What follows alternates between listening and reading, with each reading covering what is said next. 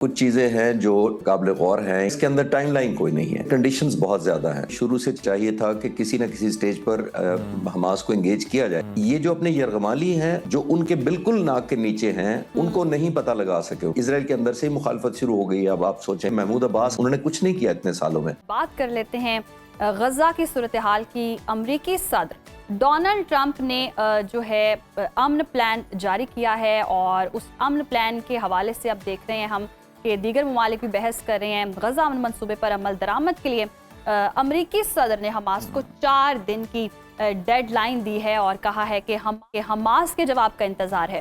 اگر حماس نے قبول نہ کیا تو اسے افسوسناک انجام کا سامنا کرنا پڑے گا۔ امن منصوبے پر بات چیت کی گنجائش کم ہے۔ حماس یرغمالیوں کو رہا کر کے اچھے رویے کا مظاہرہ کرے، یہ کہا گیا ان کی جانب سے۔ ڈونلڈ ٹرمپ کے غزہ سے متعلق 20 نکاتی امن پلان کو بڑی پیش رفت قرار دیا جا رہا ہے۔ فلسطین سے یورپ تک ٹرمپ کے غزہ منصوبے پر رد عمل دیکھنے میں آ رہا ہے۔ فلسطینی اتھارٹی نے ٹرمپ کے امن منصوبے کا خیر مقدم کیا۔ جامع معاہدے، انسانی امداد، یرغمالیوں کی رہائی، اسرائیلی انخلاء اور 2 ریاستی حل پر زور دیا ہے۔ حماس نے کہا ہے کہ وہ منصوبے کا اچھی نیت سے مطالعہ کر رہی ہے، مگر اطلاعات یہ بھی آ رہی ہیں کہ حماس نے واضح کر دیا ہے کہ غزہ کی حکمرانی کے لیے کسی غیر ملکی ادارے کو قبول نہیں کریں گے۔ ٹونی بلیئر ہماری قوم کے لیے ناقابل قبول شخصیت ہیں۔ پاکستان اور سعودی عرب سمیت مسلم ممالک کی جانب سے جنگ بندی اور 2 ریاستی حل پر زور دیا جا رہا ہے۔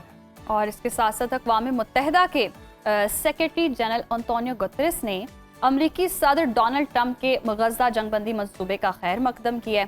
انہوں نے امن کے لیے عرب اور مسلم ممالک کے اہم کردار کو بھی ساتھ ہی ساتھ سراہا ہے، اور کہا ہے کہ جی تمام فریقین معاہدے پر عمل درآمد کریں اور اس کے نفاذ کو یقینی بنائیں۔ معاہدے اور اس کے نفاذ کے لیے جو تمام فریق ہیں ان کا پرعزم ہونا ضروری ہے، مگر صہیونی وزیر اعظم نے ہٹ دھرمی کا مظاہرہ کیا۔ انہوں نے کہا جی فلسطینی ریاست کی بات معاہدے میں نہیں ہے، امریکی صدر سے فلسطینی ریاست پر کوئی اتفاق نہیں ہوگا اور کسی صورت فلسطینی ریاست کو تسلیم نہیں کریں گے، اور انہوں نے دھمکی بھی لگا دی ہے کہ حماس نے منصوبہ رد کیا تو اسرائیل اپنا کام مکمل کرے گا۔ اسی تمام تر صورتحال پر ڈسکشن کر لیتے ہیں۔ دفاعی تجزیہ کار air commodore retired Khalid Chishti صاحب نے ہمیں جوائن کیا ہے۔ خالد صاحب good morning and welcome to سنا پاکستان سر۔ سب سے پہلے آپ سے جاننا چاہیں گے کہ فلسطین سے یورپ تک ٹرمپ کے اس امن منصوبے کو بھرپور حمایت مل رہی ہے، کیا غزہ امن پلان فلسطین کے 2 ریاستی حل میں مددگار ثابت ہو سکتا ہے باقی حقیقی معنوں میں؟ بہت شکریہ ماہم عزیر، آپ کا مجھے انوائٹ کیا آپ نے۔ دیکھیے آپ نے اپنے انٹروڈکشن میں جو اپریہینشنز ظاہر کی ہیں وہ معنی رکھتی ہیں۔ اس میں کوئی شک نہیں ہے کہ میرا خیال ہے دنیا کا کوئی شخص ایسا نہیں ہوگا کہ جو چاہے گا کہ امن نہ ہو اس ایریا میں، اور یہ قتل و غارت جو اسرائیل نے تقریباً 2 سال سے شروع کی ہوئی ہے اس کا خاتمہ ہو۔ یہاں تک تو ہم سب پوری دنیا متفق ہوگی، لیکن کچھ چیزیں ہیں جو قابل غور ہیں یا جن کو ایڈریس کیا جانا چاہیے۔ آپ نے خود ہی آخری بات جو کہی ہے کہ اسرائیل کے وزیر اعظم نے کل کہا کہ اس میں 2 اسٹیٹ یعنی کہ فلسطین کا ذکر ہی نہیں ہے، نہ ہم مانے ہیں نہ ہم اس سے اتفاق کرتے ہیں۔ اور اگر بنیاد سے اتفاق نہیں کرتے جس کی وجہ سے 78 سال میں لڑائی چل رہی ہے تو پھر اس کا فیوچر کیا دیکھتے ہیں؟ ایک تو مجھے اس پر کنسرن ہے، دوسرا اس کے اندر ٹائم لائن کوئی نہیں ہے۔ دیکھیے ہر ایگریمنٹ میں ایک انڈرسٹینڈنگ ہوتی ہے، اس میں کنڈیشنز بہت زیادہ ہیں۔ کنڈیشن اس طرح بہت زیادہ ہیں کہ جو کارڈ ہے ایک قسم کا کہ عمل درآمد ہوا کسی بات پر یا نہیں ہوا، اس کی ججمنٹ یا پریزیڈنٹ ٹرمپ کے پاس ہے یا اسرائیلی وزیر اعظم کے پاس ہے۔ ایک اور بڑا معنی خیز اور کنسرن کا لفظ ہے ایئر پاور اسٹوڈنٹس، میں جس پر غور کر رہا تھا اس میں لکھا ہوا ہے کہ بومبنگ سسپینڈ ہوگی۔ اب یہ سسپینڈ کا مطلب یہ ہوتا ہے کہ اس میں اس کو وقتی طور پر روکا جائے گا۔ اس کا مطلب یہ ہے کہ دیکھا جائے گا کہ ہم کنٹینیو کب کریں۔ ہم نے یہ نہیں کہا کہ بومبنگ سٹاپ کی جائے گی۔ یہ ایک بڑا خطرناک جملہ ہے جس سے مجھے لگا تھا کہ یہ اس کا مطلب اتنی سیریس کنڈیشن ہے، اور جس کا میں پہلے بھی ذکر کر رہا ہوں کہ اس کا مطلب ہے کہ ججمنٹ تمام کی تمام اسرائیلی وزیر اعظم کی ہوگی۔ اور ایک اور خطرناک بات جو اس کے اندر یہ ہے جو پریزیڈنٹ ٹرمپ نے خود ہی کہہ دیا ہے کہ اگر کبھی وائلیشن ہوئی تو میرا سارا وزن جو ہے یا بیکنگ میری ہے اسرائیلی پرائم منسٹر کی طرف ہوگی۔ تو اس کا مطلب یہی ہوا کہ وہی جج، وہی جیوری اور سب کچھ ایگزیکیوشن وہی کریں گے۔ بالکل درست فرمایا آپ نے۔ ایک اور امپورٹنٹ بات یہ ہے کہ جس کی وجہ سے یہ مجھے لگتا ہے، میں نیگیٹو پہلو اس لیے کر رہا ہوں کہ ان کو ہائی لائٹ ہونا چاہیے، میں پیسمسٹ بالکل نہیں ہوں، لیکن میں یہ چاہتا ہوں کہ ان میں بھی کلیئرٹی ہونی چاہیے تھی एक उज़ैर एक बहुत इंपॉर्टेंट बात इसके अंदर ये है कि यूनाइटेड नेशंस का फॉर्मल रोल कोई नहीं है, यानी कोई भी, ऑल्दो पहले भी कोई बहुत सालों से यूनाइटेड नेशंस का कोई रोल नहीं रहा सिवाय कंडेम करने, उन्होंने कुछ नहीं किया। तो ये सारी चीज़ें हैं जो मेरा ख्याल है एड्रेस होनी चाहिए थी। नेट आउटकम सबसे इम्पॉर्टेंट होना चाहिए था कि 2 स्टेट बाद में बनेगी, चले जब भी बनेगी। और मोस्ट क्रिटिकल लास्ट पॉइंट मेरी तरफ से ये है कि हमास जिसने एक स्ट्रगल की है उसी की वजह से इजराइल को भी कुछ कीमत देनी पड़ती थी या पड़ती रही है इतना अरसा, उसका कोई जिक्र ही नहीं है। ये कोई ऐसी चीज़ नहीं है जिसको आप उठाकर बाहर फेंक देंगे। अगर ये उठाकर बाहर फेंकी जा सकती, जिस तरह अमेरिकन प्रेसिडेंट ने कहा उनकी कोई जगह नहीं है, तो फिर ये इजराइल कर चुका होता इतने दहाइयों में।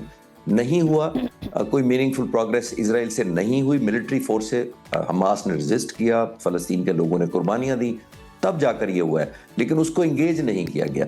श्रीलंका में, न्यू आयरलैंड में, जहाँ पे भी मुज़ाकरात हुए हैं, ऐसी रेजिस्टेंस मूवमेंट से उनको इंगेज किया जाता है और उनको नेगोशिएट किया जाए, चाहे उनकी 10% मानी जाए या कोई वे फॉरवर्ड उनको निकाला जाए।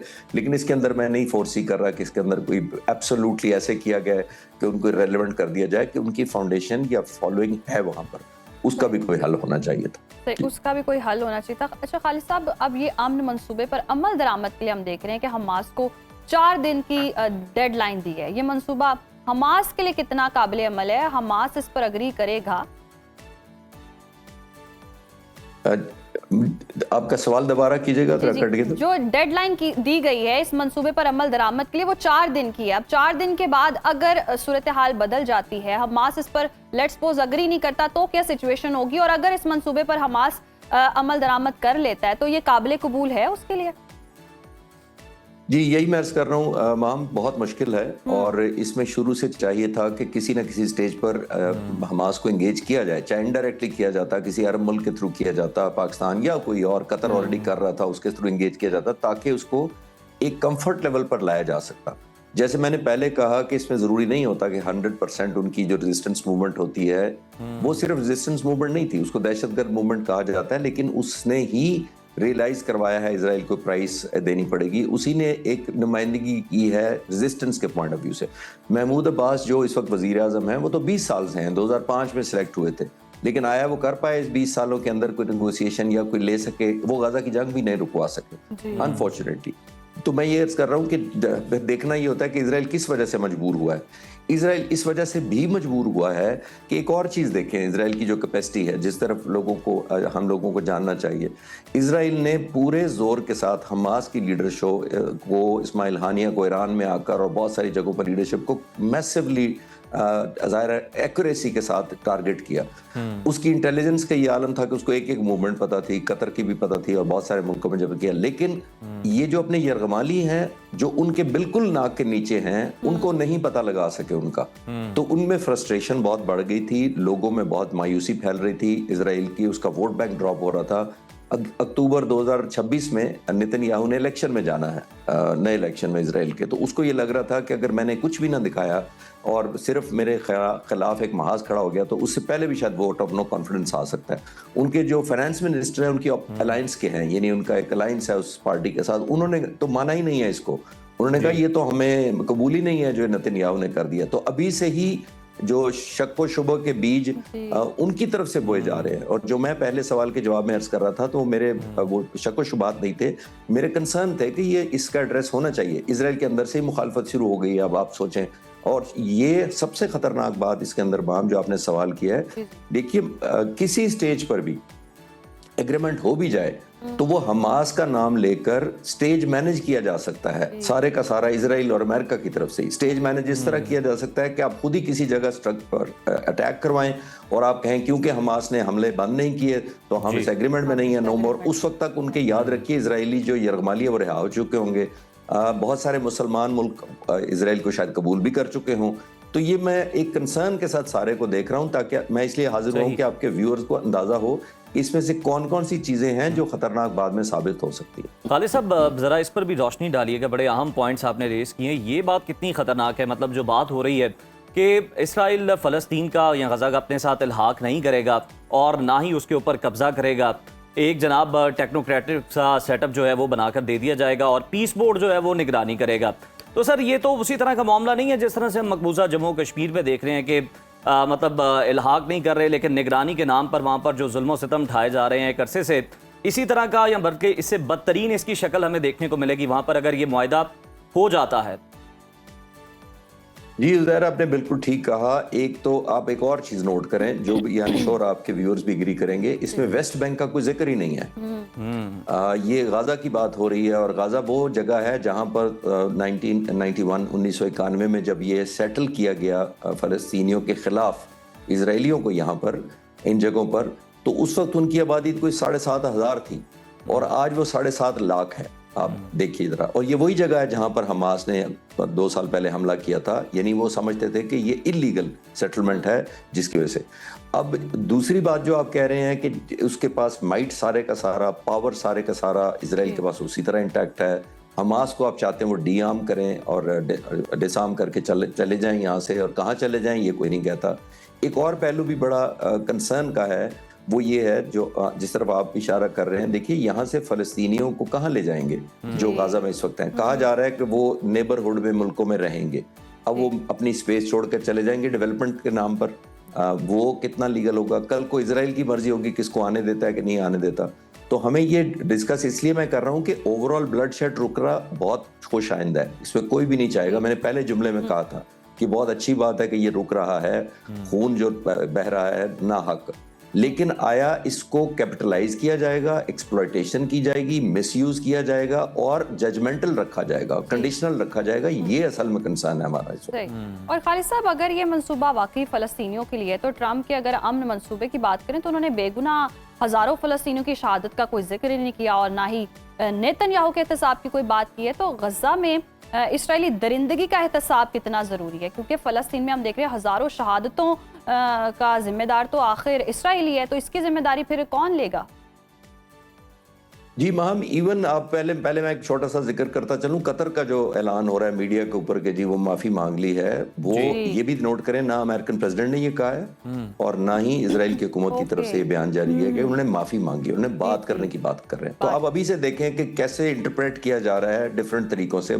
3 मुल्कों के दरमियान बात हो रही है और 2 कुछ और कह रहे हैं, उन्होंने नहीं कहा और ये कतर के कह रहे हैं कि हो सकता है की हो, मैं मेरे पास तो कोई गवाही नहीं है, लेकिन उन्होंने जिक्र नहीं किया कि हम माफी मांग ली है कतर के वजीर आजम से, इजराइल के वजीर आजम। एक बात जो आप कह रहे हैं, और दूसरी आपने सही कहा कि जो कत्लो गारत होता रहा है, ये देख लें आप किस बेरुखी और जिसको कहते हैं वो सख्त दिली के साथ दुनिया देखती रही, और ख़ास तौर पर अमेरिकन भी देखते रहे और सदर भी देखते रहे, अमेरिकन प्रेसिडेंट, और उसके अंदर वो नहीं रोक पाए।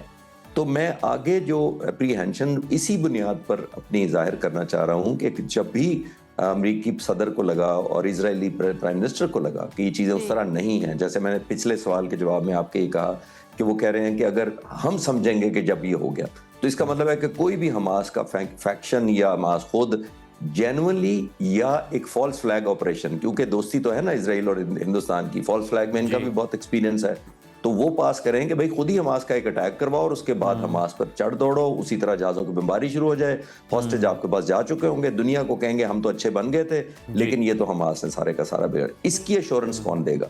इसके अंदर अभी भी देखें सारी की सारी सुपरविजन या वो प्रेसिडेंट ट्रम्प के पास है या टोनी ब्लेयर के पास है जो ब्रिटिश प्राइम मिनिस्टर रहे हैं, और ये वही प्राइम मिनिस्टर हैं जिन्होंने कहा था इराक में वेपन्स ऑफ मास डिस्ट्रक्शन हैं और 40 मिनट में वाशिंगटन पहुंच जाएंगे, और चढ़ दौड़े थे पूरी फौज के साथ अमेरिका के साथ मिलकर। उनका ट्रैक रिकॉर्ड भी अच्छा नहीं है, सिर्फ एक रिकॉर्ड उनका अच्छा है कि उन्होंने माफ़ी मांग ली थी दुनिया से कि मुझे मिसलीड किया गया था।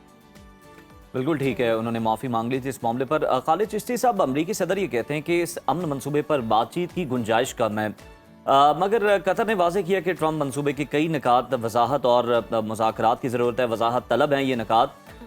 सर, अगर हमास की जानिब से कुछ तरमीम जो हैं वो इस मामले में सामने आती हैं, कुछ तजावीज़ जो हैं वो सामने रखी जाती हैं, तो उसकी एक्सेप्टेंस के कितने ज़्यादा चांसेस मौजूद हैं? क्योंकि जो पॉइंट्स आपने रेस किए हैं, ऑब्वियसली हर बंदा ये समझ सकता है कि क्या कंसर्न्स हैं जिनको दूर किया जाना चाहिए और उसके बाद ये जो मुआहदा है ये होना चाहिए दोनों ममालिक के दरमियान। देखिए उज़ैर, जो मैं कल से प्रेसिडेंट ट्रम्प की बातें फॉलो कर रहा हूँ, उन्होंने तो ऑलमोस्ट इस डील को जो वन साइडेड उनकी तरफ से फ्लोट की गई है, मुझे उसमें लॉक कर दिया। उन्होंने कहा इसमें तो गुंजाइश ही नहीं है कोई अमेंडमेंट की अब। और मैंने पहले सवाल के जवाब में अर्ज किया था कि ये पहले इंगेजमेंट होनी चाहिए थी हमास से। पूरी दुनिया में जब इस तरह की रेजिस्टेंस होती है और जब सेटलमेंट होती है, या तो आप कब्जा कर लें आर्म्ड करके, वो तो एक और चीज़ है। जब आप नेगोशिएशन टेबल पर आते हैं तो आपके फेयर चांस एक देते हैं, उसमें परसेंटेज वेरी कर सकती है, आप दोनों साइडें क्लेम कर सकती हैं कि किसको ज्यादा शेयर मिला है, किसको कौन ज्यादा जस्टिफाइड है। लेकिन आपने बिल्कुल ठीक कहा कि प्रेसिडेंट ट्रंप का तो कोई मूड नहीं लग रहा। कतर में मुज़ाकरात हो रहे थे, उस पर हमला कर दिया गया। थिंकिंग के लीडरशिप रहेगी नहीं तो फिर बातचीत किससे होगी। लेकिन हमने ये देखना है कि आया उसको कोई फेस सेविंग मिलेगी हमास को और उनके फॉलोअर्स को भी, क्योंकि देखिए उसके सिंपथाइजर्स भी बहुत हैं, क्योंकि महमूद अब्बास का जिसका मैं जिक्र कर रहा था प्राइम मिनिस्टर, उन्होंने कुछ नहीं किया इतने सालों में। तो ये स्ट्रगल का जगह ही बनी तब थी जब ये फलस्तीनी लोगों को पता लगा और उन्होंने हमास को सपोर्ट करना शुरू कर दिया, और हमास ने ये समझ लिया और कंफर्म किया, क्योंकि इन्होंने इलेक्शन जीता था, ये भी ज़हन में रखिएगा हमास ने इस खत्ते में। उसके बाद उन्होंने कहा कि ये तो आर्म स्ट्रगल के अलावा चॉइस ही नहीं है। ये वोट पड़े थे इनको, अब वो इनको एंगेज किए बगैर आप समझें कि ये हमने डील क्लोज कर दी है। लेकिन जब भी आप नॉन स्टेक होल्डर्स या लेस स्टेक होल्डर्स के साथ डील फाइनलाइज करेंगे वो लास्टिंग नहीं होती। बिल्कुल ठीक है, यानी ये इस तरह की डील जो है वो लास्टिंग नहीं हो सकती। बहुत शुक्रिया। एयर कमांडर खालिद चिश्ती साहब हमारे साथ मौजूद थे।